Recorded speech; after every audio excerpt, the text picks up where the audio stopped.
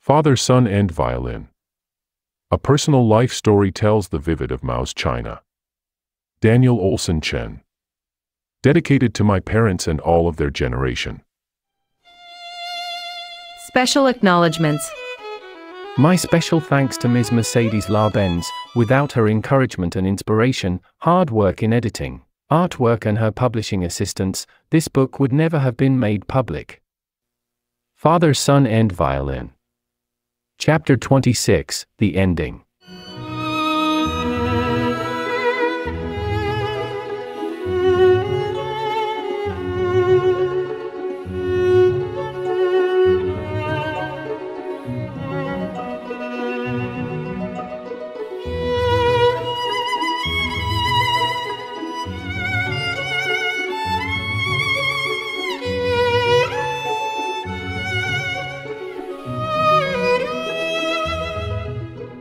I must be out of my mind. When I recall, I honestly have no idea why I did that to Mimi at the concert hall. The only thing that could explain it was I needed some excitement after such a great loss. Later at Mimi's place, she said she knew that it was an extraordinary act of mine at an extraordinary time and she couldn't take it seriously. Her original words went like this. In fact, what you said on the stage, I have heard many times in my dreams, but every time I answered like this, it's better we keep things this way. To live together with me would drag your legs, for I don't belong to your life and your world. If one day you started to be dissatisfied with me and kicked me out of your house, I'd rather stay outside your door, watching you, to feel I am with you. This would be enough for me. I can wait until you are old and return to your roots, just like your father lying in bed, with no energy to kick. I might then come into your house, looking after you.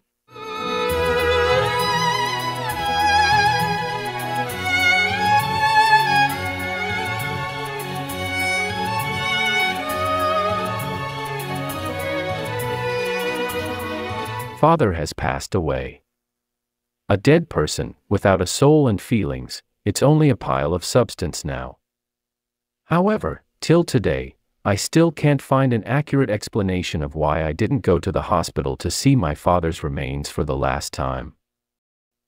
The date of Father's memorial service couldn't be decided easily due to various problems, such as the specification of memorial service level issues, the eulogy at Father's political evaluation, who should be invited to the memorial service, who should be the memorial service host and who was going to read the memorial letter. As the saying goes, when people die, everything finishes, but our Chinese people, especially the Chinese Communist Party members who are representing the Chinese people, even being dead, doesn't get them away from these complicated issues. As a Norwegian citizen, borrowing a very ridiculous international excuse, that is an internal affair of your country and I as a foreigner shouldn't interfere, got me out of all the trouble. The whole family was busy with Father's memorial service. This time, no one saw me off at the airport, not even Mimi who went to see me off abroad for the first time many years ago. I said goodbye to my home country and once again boarded the flight to Norway. Just a moment into the cabin, I suddenly asked myself a question: what's the reason I'm going to Norway again? And I have no reason to come back to China ever again. My flight was in the air. I closed my eyes. My mind conjured up a song, such a song I had never heard before. The song went like this. I must hold the tears that I could not hold. I must stop thinking the love that I could not stop thinking. To tell you my love to you. Even though I know you're in a different sphere that you cannot hear. But I will not end my telling, forever. Because it is true love, a lifetime only once that kind of love. I suddenly opened my eyes and looked out the window to see if my father was there. After a while I closed my eyes again and felt a complete peace in my heart. Because one day, I will carry my violin. Without aircraft, I will be in the sky. By that time, I will be somewhere meeting my father again. By then I will tell him the story of my life decades after that. But what story that would be, I didn't know yet. But one thing I know for sure, that is, I must follow fate to complete the rest of my mission. The essential and the most difficult part of that mission is to live as a good human.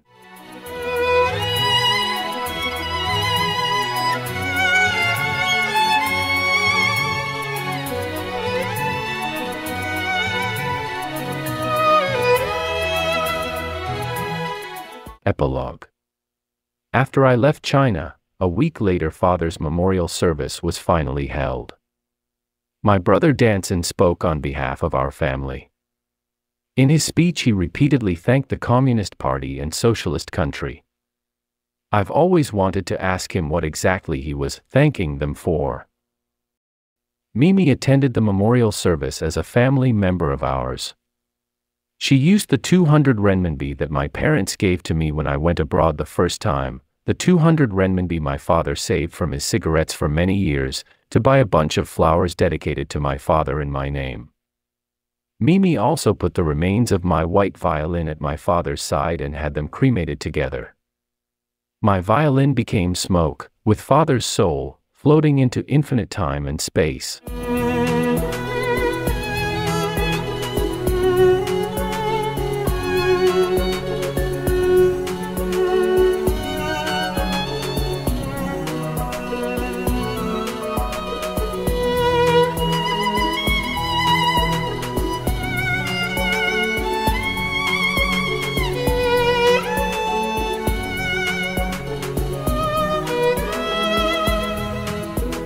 Later I went back to China several times. I visited my first wife Donya's mother twice in Shanghai, with practical gratitude, money. According to her mother, some years after our divorce, Donya remarried, but had no children. Reminding me of that year, when I accompanied her for an abortion at the hospital and what she swore to me in extreme pain, I will never have a child again. The last I heard of Donya was that she was finding her way to the Buddha. Marianne sold our apartment in Oslo. After paying back the bank loan, she used the rest of the money to buy a small house in a remote area outside of Oslo. She must have concentrated all of her heart, soul, and mind on theology studies, and heard no tales of her remarrying or having children. I never met with teacher Gao again. Later I met her genius violin son in Shanghai. When we met he said he had come especially to thank me for spending hell in his place. When we shook hands, he deliberately extended his left hand to me. I noticed all his fingers were the same length. The story was that he didn't really like violin. He was much more into making transistor radios. As he couldn't endure the enormous pressure from his mother, he flattened his fingers with a kitchen knife. By the time we met, he was working as a computer expert. This explained why teacher Guo put so much pressure and hope, all of which was originally on her own son, on me.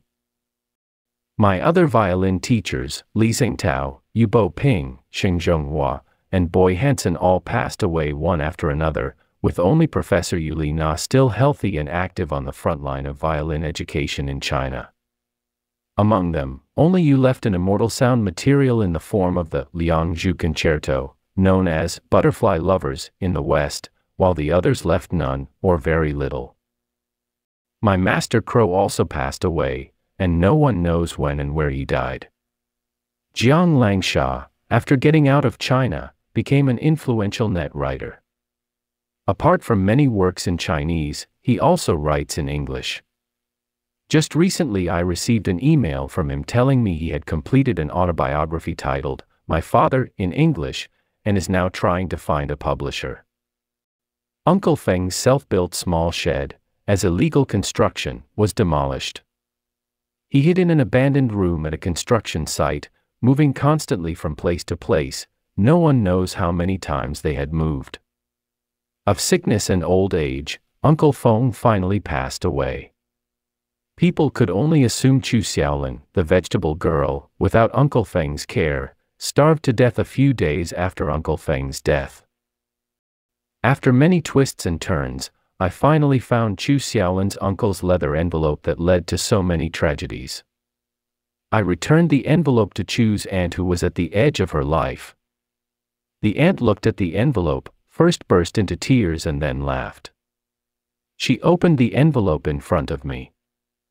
Guess what was hidden in the envelope that they wouldn't let anyone see? It was simply an old-style wedding photo of Chu Xiaolin's aunt with her husband. That was all. But during the Cultural Revolution, if the photo had been seen, they could be in big trouble. Or they just wanted to keep the photo for themselves, so as no one would see it or destroy it. Ma Xiaomao immigrated to Japan. She married a Japanese man 30 years older than her. To find such a man, as old as her father, to marry, the purpose was obvious, a marriage of convenience. But unexpectedly, after living together with her husband, she fell in love with the father-aged husband, and together they have a handsome son. Now Ma is working full-time in a company to earn money for the family during the day and taking care of the old and young in the evening, a very busy, but happy life. I recently met with her and asked her if it was worth it to work so hard and be poor in Japan when many of her classmates and colleagues in China are now rich. Ma Xiaomao's answer was encouraging. She said, "I just feel that I have become a better person than I used to be, and that alone is enough."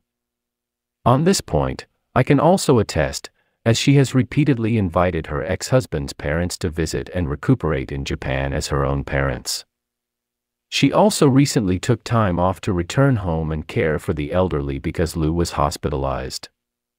All this is far away from the Ma Xiaomao I knew as a student. Our schoolmate Flute Chen came back to Changsha from Xinjiang with his child. The child looked like the mother but not him. He sells smoked mutton in the streets. He has been trying hard to get the benefits from the government that they think they are entitled to as members of the Xinjiang Production and Construction Corps. It was said to be a part of the Chinese army. The truth is uncertain. He was one of the petitioners who went to Beijing but was arrested each time. Through entrusted Ma Xiaomao, I offered my help to him several times. It was refused each time. Finally, in order to put his child through school, Flute Chen accepted my private loan, and together with other money sources he opened a very tiny, Lanzhou noodle house. Wang Shi was one of those got rich first, during the reform and open-door policy, by engaging in real estate development. He not only bought a car, but also bought a driver's license. But his car, in an unfortunate accident, died, together with the owner of the car. Lu Xiaobing worked as a judge. Ironically, the final Mao team reunion took place in her court. The defendant was no other than the workers' representative Chuang, who was in charge of our middle school Mao team. He got himself implicated in a crime involving the bribing of an official. The case was in Lu's hands. Somehow, Chuang got away with his evident crime. That unbelievable result must have hurt Lu very badly. It was after that Lu retired as a judge and focused herself on some kind of research to do with the moon. After working as a chef, my brother Dan Han emigrated to London with his restaurant owner. Now he is a British citizen and has his own small business with a stable income, but the income never caught up with his wife's half. I wonder if that's why he never won back the title of husband. With brother Danson and Panjia, everything is as usual. They took care of our mother until she was reunited with our father. Now Danson and his wife live their lives just like the majority of compatriots in my motherland, a Chinese-characterized life. I suggested many times that they move from Changsha, China's worst polluted city, to another country, but they refused as they are used to the place and all of their friends are there. "Not dead, proves livable," is my brother Danson's well-known quotation. Last but not least, is Mimi. After my father left, Mimi did not alienate our family, and still taking care of our mother along with my brother and sister-in-law, like our family did. As mentioned earlier, her own mother died early and she only had her stepmother. Although her stepmother was not good to her when she was young, sometimes not generally bad, but bad. After Mimi's father left, she still tried to take care of her stepmother, until her stepmother was taken to the United States by her sister, the child Mimi's father had with her stepmother, her sister's own mother. Only then did Mimi become completely alone in life. Remember the small bodhisattva that I picked up from the fire at the beginning of the Cultural Revolution when I was 11 years old in elementary school? I first gave it to Mimi as a doll, like the Western Barbie, causing her to be severely beaten. Somehow, 30 years later I managed to get it back from Jiang Langsha. After the reform and opening up, Kaifuku Temple has become more popular than ever, and when I handed the little bodhisattva to Mimi again, I wonder if she got the wrong message. The last time I met with Mimi, I was preparing to immigrate from Norway to Japan. That day, Mimi told me that we should send this small bodhisattva, which had been privately hidden for more than 30 years, back to the nunnery Kaifuku Temple. She wore a very plain dress and brought only very simple luggage, wrapping the small bodhisattva. I walked with her all the way to the entrance of Kaifuku Temple. It was a familiar place, because part of it used to be our elementary school, where we grew up. But now it is very strange, at least to me. Mimi stopped and said to me, "Thanks for being with me all the way up to here. I'll walk by myself next.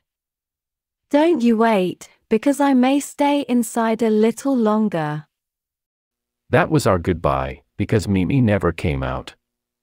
My brother and sister-in-law were sure that Mimi was inside, but no neighbor has ever seen her when they went to burn incense. I was invited to Japan for the first time for Ma Xiaomao's wedding, where I met a beautiful Japanese girl, and then left Norway and moved to Japan. I lived in Japan for more than 20 years.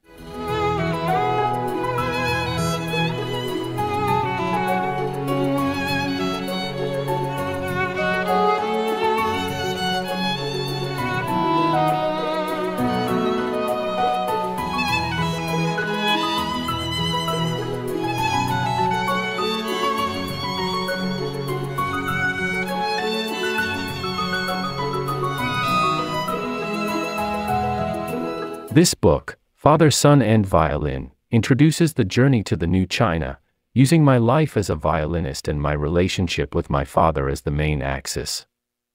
It's the story of 2 generations in the new China, and every Chinese can find themselves in this book. My second autobiography's Chinese version was finished a long time ago. An English version is planned. The book is about my life in Australia and Norway, with the title, A Saint, a Scholar and a Prostitute. About my life in Japan, it could be my third autobiography titled, Gaijin, in Japanese meaning foreigner. The above 3 books will become a trilogy of the life of Daniel Olson Chen. Now, I live all over the world, traveling, learning, exploring, experiencing and enjoying every moment of my life. Daniel Olson Chen, Chen Danjiu. End of the play. Disclaimer: this is a literary work. The time, place, events, and names of the characters in this book are all fictional. Any resemblance to facts is purely coincidental.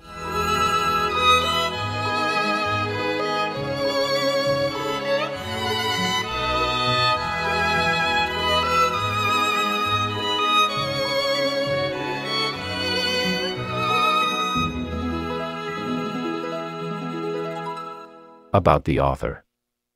Daniel Olson Chen is one of the only comprehensive violin experts in the world. In terms of performance, he is a member of Bergen Music, and honored with a star on the historic Hollywood Walk of Fame.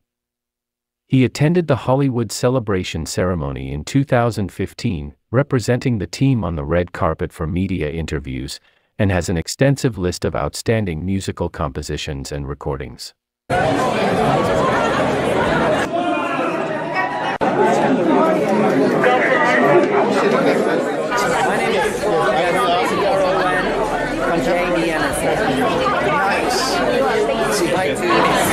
And this is Daniel Chen, and he's representing Daniel Egger tonight, and they are an 8-time winner. and also nominated tonight as well.